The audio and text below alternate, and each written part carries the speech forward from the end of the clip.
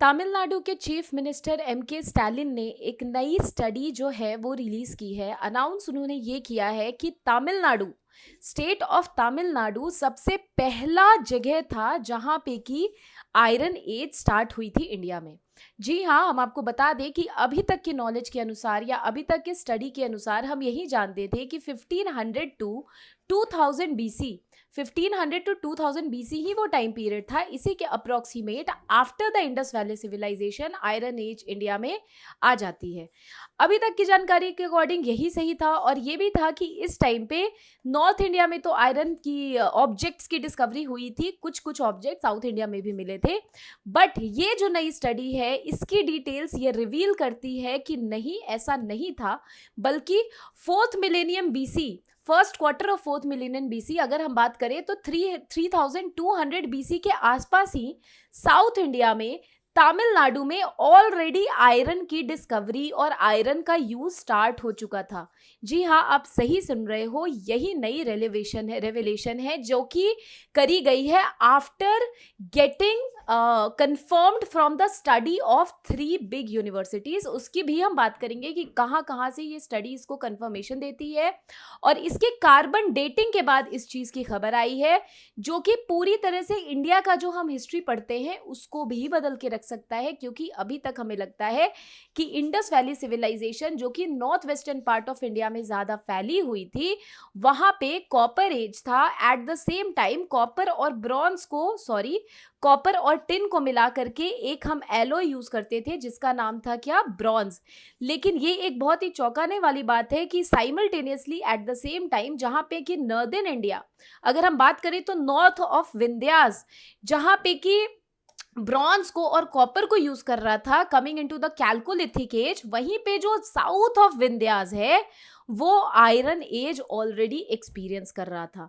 तो इसी के बारे में इस वीडियो में हम डिटेल में जानेंगे। तो hello everybody, my name is Supriya Singh, welcome back to the YouTube channel of Chahal academy. और आज हम बात करेंगे तमिलनाडु के बारे में, that how did it become or how it has the potential to become the birthplace of iron age।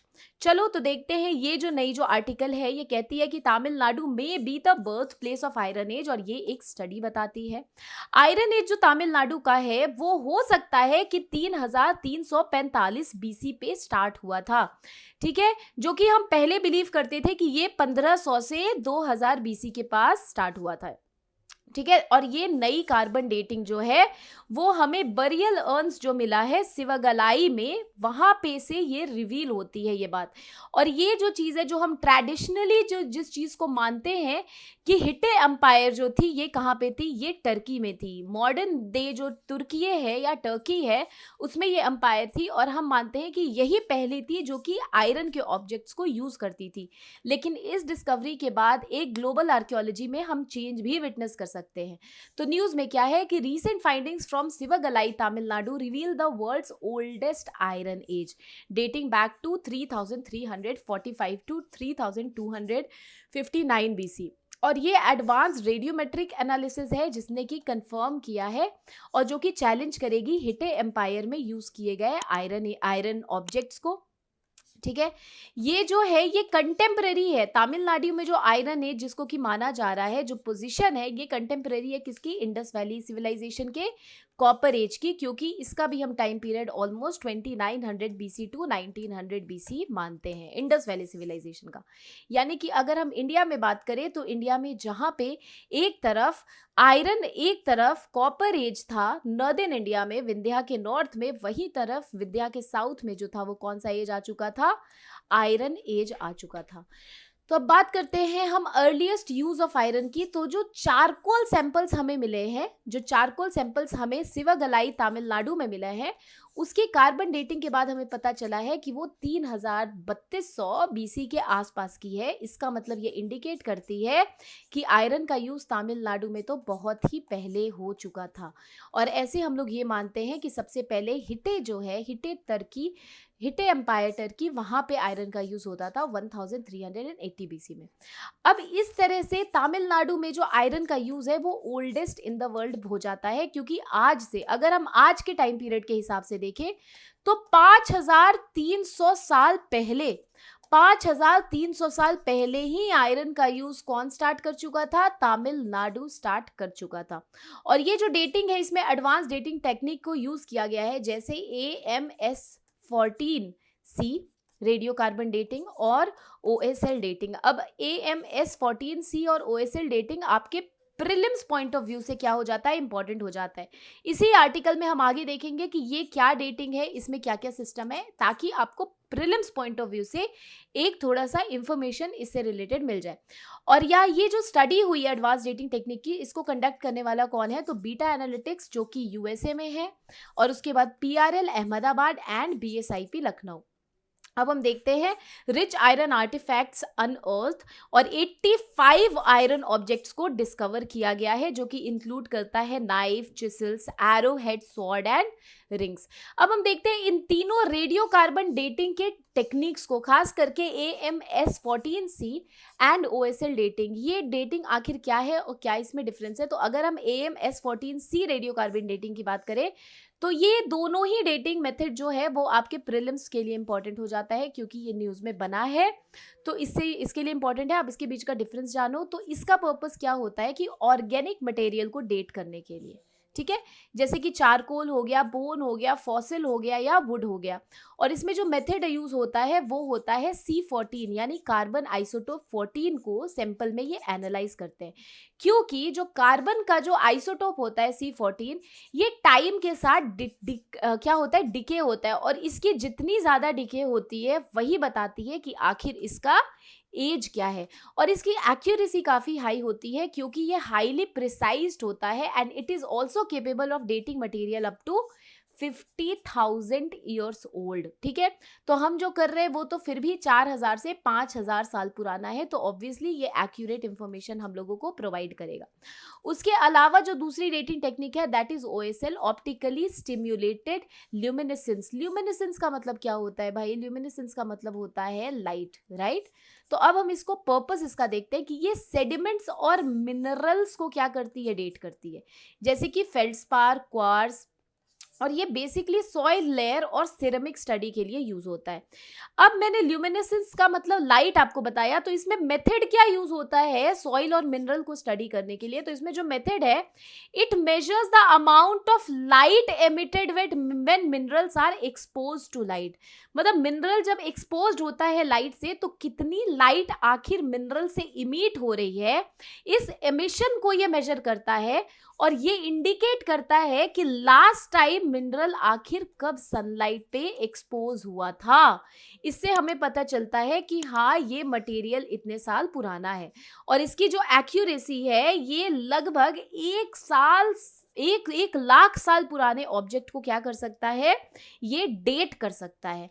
और ये आर्कियोलॉजिकल साइट्स जो होते हैं उसके लिए परफेक्ट माना जाता है, क्योंकि बहुत सारी आर्कियोलॉजिकल साइट्स हैं जो 50,000, 60,000, 1 लाख, 1.5 लाख साल पुराने भी हैं, तो उसके लिए ये बहुत ही एक एब्सोल्यूट और एक्यूरेट डेटिंग सिस्टम माना जाता है। अब देखो, अब हम इंडस वैली सिविलाइजेशन के साथ अगर इसको कंपेयर करें, जो अभी नई फाइंडिंग है सिवगलाई तमिलनाडु की, उसको, तो इंडस वैली सिविलाइजेशन जो था, जो 3000 से लेकर के ऑलमोस्ट 1300 या कहीं कहीं हमें 1700 BC भी देखने को मिलता है, तो अप्रोक्सीमेटली इसी टाइम पीरियड पे फ्लरिश करता था। कहाँ पे? तो भाई नॉर्थ वेस्टर्न पार्ट, इंडिया के नॉर्थर्न पार्ट, और इंडिया के सर्दर्न पार्ट में थोड़ा दैमाबाद तक, और ईस्ट में आलमगीरपुर तक, राइट। और ये कौन सा एज था? Primarily copper age. और हमने एक एलोय क्या बनाया था? टिन और कॉपर को मिला करके हमने ब्रॉन्ज बनाया था, तो ये ब्रॉन्ज एज भी इंडस वैली को कहते हैं। अब तमिलनाडु का जो आयरन एज है, जो हमें स्टडी मिली है, वो कहती है कि 3345 BCE में आयरन वहां पे ऑलरेडी फ्लरिश कर रहा था, यानी कि जहां पे नॉर्थ इंडिया में IVC था, जहां पे कॉपर का यूज होता था, वहीं पे साउथ इंडिया में आयरन का यूज होता था, और यही बनाता है both these regions contemporary during this period. Same time में 3300 में जहां पे तमिलनाडु में आयरन यूज हो रहा है डेटिंग के अकॉर्डिंग, वहीं पे IVC में क्या यूज हो रहा है? कॉपर यूज हो रहा है। अब इसका रीजन भी बताया गया है। इसका रीजन ये बताया गया है कि साउथ इंडिया में, मतलब अगर हम इंडिया का मैप बनाते हैं और यहाँ पे अगर हम देखते हैं देखते हैं, ये है आपकी विंध्या माउंटेन। तो विंध्या माउंटेन के नॉर्थ में क्या है, आईवीसी है, और विंध्या माउंटेन के साउथ में क्या है, तमिलनाडु रीजन है।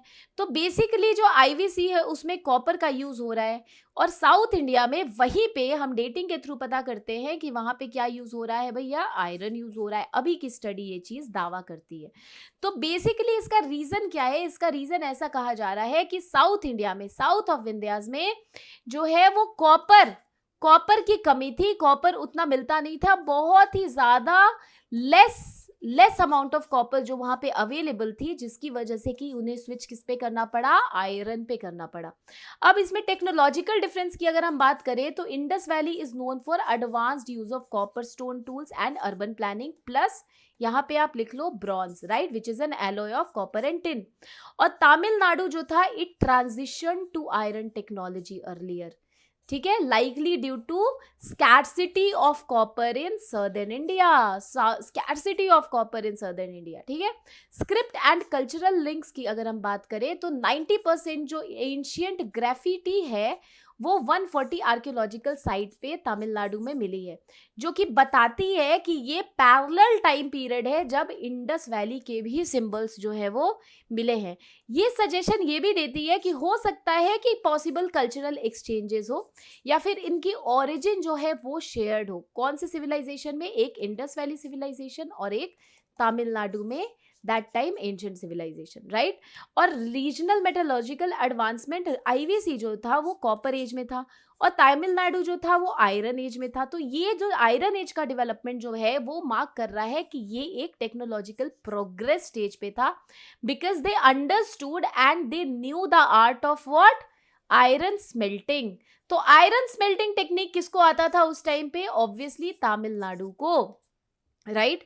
बट स्टिल इस पे कंफर्मेशन होनी अभी बाकी है, ऑल्दो ये रिपोर्ट जो है ये खुलासा तो कर रही है, इस पे अभी बहुत सारे प्रोसीजर्स अभी बाकी हैं जो कि इसको कंफर्मेशन देंगे।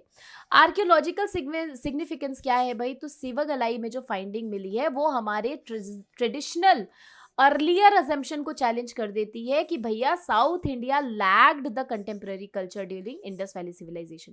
ट्रेडिशनली तो हम यही मानते थे कि साउथ इंडिया में ऐसा कोई कल्चर नहीं था। Yes, megalithic culture came up but around 1000 BC ऐसा कुछ, बट मेगालिथिक कल्चर में आयरन का यूज जनरली साउथ इंडिया में हम नहीं देख रहे थे। बट ये जो स्टडी है ये काफी ज्यादा इंपॉर्टेंट हो जाती है इस पॉइंट ऑफ व्यू से।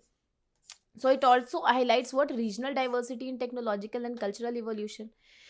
अब हम देखते हैं कि रीडिफाइनिंग इंडियन हिस्ट्री। अब इसका रीजनल और ग्लोबल सिग्निफिकेंस क्या हो सकता है, तो पहली बात, इंडियन हिस्ट्री को रीडिफाइन करेगा कैसे, क्योंकि हमने जो पहले बात करी कि सिवेगलाई की जो फाइंडिंग है ये दिखाती है कि साउथ इंडियन जो था, साउथ इंडिया वो कहीं एडवांस्ड और कहीं आगे था, as because they knew the art of iron metallurgy technique, और वो भी कब, 3345 बीसी में। यानी कि ये एंशिएंट इंडिया का जो टेक्नोलॉजिकल टाइमलाइन है उसको चेंज करने का क्या दावा करता है, या फिर उसको चेंज करने की शक्ति रखता है। कैसे, क्योंकि हमें पता है कि इंडस वैली सिविलाइजेशन जो थी वो अर्बन सिविलाइजेशन थी और advanced, very very advance civilization थी as compare to the south Indian region of India. But अब इस डेवलपमेंट से हमारा ये ट्रेडिशनल जो कॉन्सेप्शन है वो चैलेंज हो जाएगा। So it challenges the believe that Indian iron use began 6th century BC. हम नॉर्मली यही बात करते हैं ना कि वैदिक एज में भी इंडिया में जो आयरन यूज हुआ है वो अर्ली वैदिक टाइम पे नहीं हुआ है, लेटर वैदिक टाइम पे हुआ है।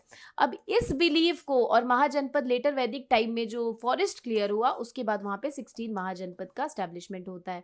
तो इस बिलीव को अब कौन करने, चैलेंज करने आ चुका है ये स्टडी, ठीक है। इसका ये रीजनल एंड ग्लोबल सिग्निफिकेंस है। उसके अलावा Tamil Nadu role in early metallurgy. अब अर्ली मेटलर्जी की बात करें तो इसको तमिलनाडु को it establishes as the pioneer of iron age in India, which marks it as a significant cultural technological center in ancient India। और ये इंडिकेट करता है कि क्या advance skill of iron smelting जो है वो तमिलनाडु में लोगों के पास था और उस रीजन में था। और इसका ग्लोबल इम्प्लीकेशन क्या हो जाता है भाई, तो ग्लोबल इम्प्लीकेशन जो हमने ऑलरेडी बात करी थी कि तमिलनाडु की जो आयरन एज है वो क्या कर दे रही है, वो चैलेंज कर दे रही है, प्रीडेट कर दे रही है हिटिज एम्पायर को, जो कि कहाँ पे है आज, मॉडर्न डे टर्की। टर्की या फिर तुर्की ये भी आप बोल सकते हो, जो कि ये कहता था कि यूज ऑफ आयरन एज सबसे पहले उधर ही हुआ था हिटिस एम्पायर में, दैट टू इन 1380 बीसी। और पहले ये चीज माना जाता था कि सबसे पहला यूज आयरन का हिटिस एम्पायर ने किया था 1380 बीसी ने में। लेकिन अब इसको तमिलनाडु का आयरन एज का जो डिस्कवरी है वो क्या कर दे रहा है, इसको बीट कर दे रहा है, right. So it will position India as the earliest known centre for iron metallurgy. अब ना ही बस भारत में बल्कि पूरी दुनिया में इंडिया में तमिलनाडु जो है it will be known for the earliest known centre for iron metallurgy, which will rewrite the global archaeological narrative। सो दोस्तों ये बहुत ही बड़ी बात है और एक ये बहुत ही बड़ा डेवलपमेंट है। Now coming on to the regional and global significance में और अगर हम देखें तो cultural and technological parallels contemporary with Indus valley civilization, जहाँ पे कि कॉपर एज नॉर्थ में था और नॉर्थ वेस्ट में था, ये हाईलाइट करता है रीजनल डिफरेंस को कि जहाँ पे नॉर्थ और नॉर्थ वेस्ट में आप बात कर रहे हो कॉपर एज की, वहीं पे साउथ इंडिया में जो यूज हो रहा है वो आयरन यूज हो रहा है और इंडिया आयरन एज में पहुंच चुकी है। So it shows the kind of technological advancement within India.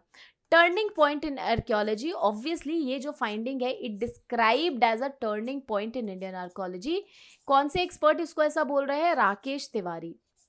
क्योंकि ये जो सिग्निफिकेंस है ये इंडिया के बियॉन्ड भी एक्सटेंड होती है। क्यों भैया, क्योंकि ये टर्की की सबसे पुरानी एम्पायर जो है उसको चैलेंज कर रही है, ये हिटीज एम्पायर को चैलेंज कर रही है, जो कि कहती है कि 1383 बीसी के आसपास उन लोगों ने सबसे पहले आयरन को यूज किया था, उसको चैलेंज कर रही है।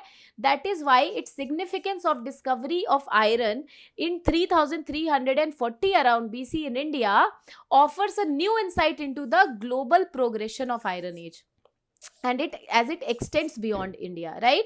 it is catalyst for future research। क्यों नहीं है क्यों है catalyst? क्योंकि अगर आप देखोगे catalyst क्या होता है, catalyst ऐसा होता है which increases the rate of reaction, right?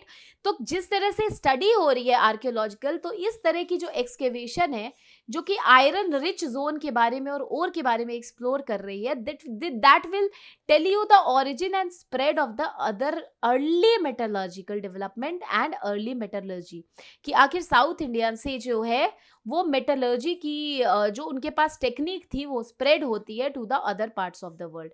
और तभी it calls for the metallurgical analysis of ancient artifacts to strengthen these findings।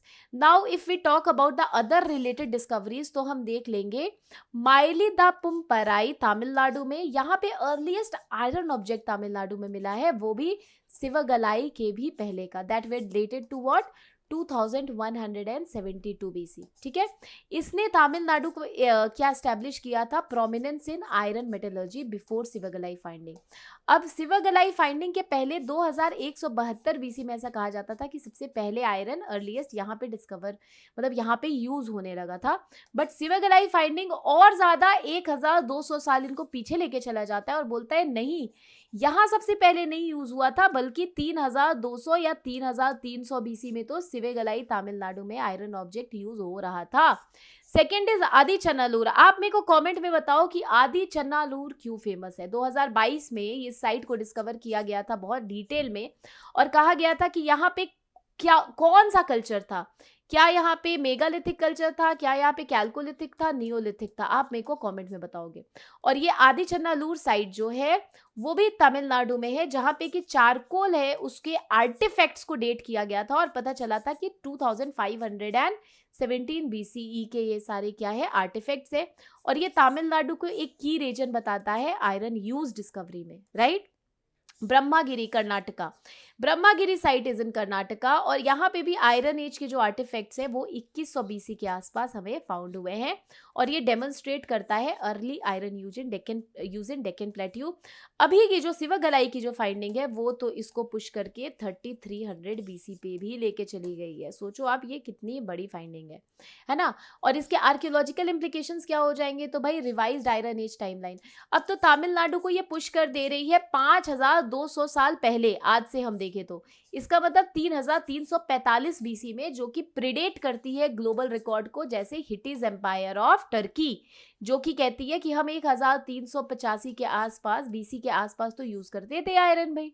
तो ये रिवाइज करेगी क्या आयरन एज के टाइमलाइन को on the note of archaeological implication.